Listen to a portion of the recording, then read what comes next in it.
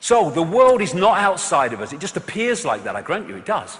But it's not. It's illusory. It's within us. Within us, that's where we are decoding reality. And this is the key. This is the gateway. This is the gateway, the doorway out of the prison. I'm going to go into this very, very deeply as we go through the day. The power of the heart. We think of intellect, the brain, that's a very low level of awareness. This is the real level of awareness that connects us beyond the world of the illusion into the greater ocean of awareness, the greater love, intuition. This is where intuition comes from. We don't say, oh, I just intuitively feel, do we? We go, I just intuitively feel. We're doing the body language and we're indicating where this is coming from. And it is innate intelligence. It's not, I've been to university and I've remembered all these things, what dogma told me, and I passed my exams. That's not intelligence, that is memory, overwhelmingly. This is true innate intelligence, knowing, not thinking. And I'm not just talking about the heart that pumps the blood. I'm talking about this heart vortex, which is the spiritual heart, which opens us through into the greater ocean if we open it. If we don't, it shuts us off from the greater ocean. There's an organization in America called the Institute of Heart Math, which does a lot of research. Its whole kind of focus is on the power of the heart. And it points out that the most powerful electromagnetic field in the body is the heart. There are more nerves going from the heart to the brain than coming the other way. And they found something else in their research, that if the heart and the brain and the central nervous system are in coherence, electromagnetic harmony coherence, the person goes into a completely different and much, much higher level of consciousness and awareness.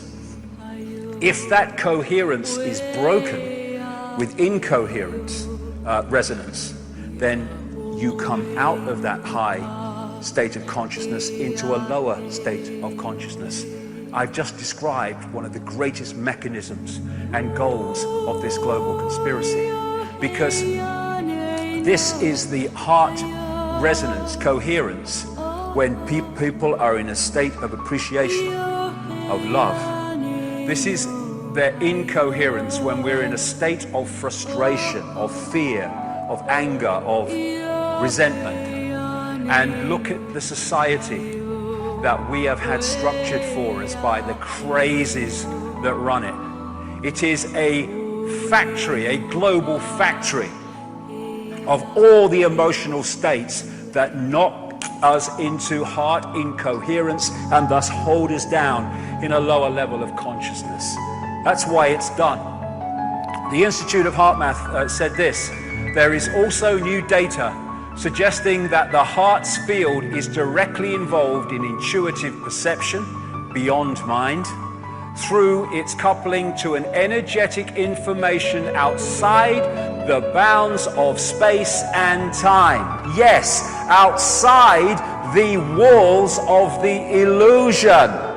Thus, they want heart-closed people so that we do not breach the walls of the illusion and stay within it. That is why they have structured society as they have, and in section 2 I'll explain all that in detail. So, the idea is to hold us here and keep us detached of an awareness and an influence from that. And so, what does this all mean? I'm not sure, but we'll see. What does all this mean? It means we're living a false identity. And it's that false identity that holds us in servitude. We think we're humans, which is an experience.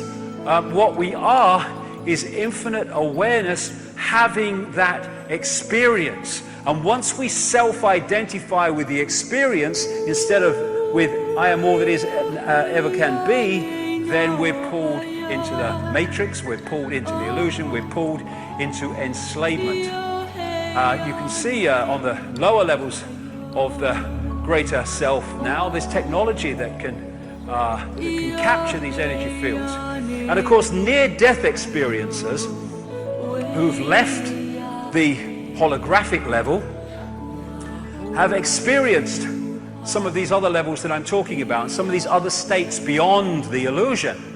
And I studied this a lot for many years during my research, and the common themes that people repeat are incredible. This is one that encapsulates everything that I've been talking about. A near-death experience telling of what happened to him. He said, everything from the beginning, my birth, my ancestors, my children, my wife, everything comes together simultaneously. I saw everything about me and about everyone who was around me. I saw everything they were thinking now, what they thought then, what was happening before, what was happening now. There is no time. There is no sequence of events, no such thing as limitation, of distance, of period, of place. I could be anywhere I wanted to be simultaneously. That is who we are, and that is what the control system is desperate for us not to remember.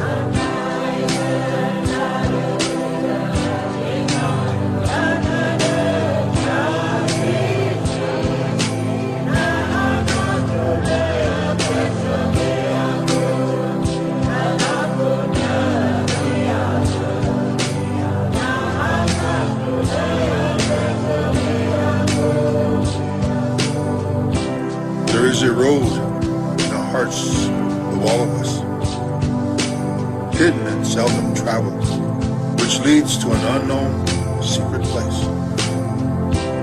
We are taught to believe that the Great Spirit sees and hears everything, and that He never forgets, that hereafter He will give every man his spirit according to his deserts.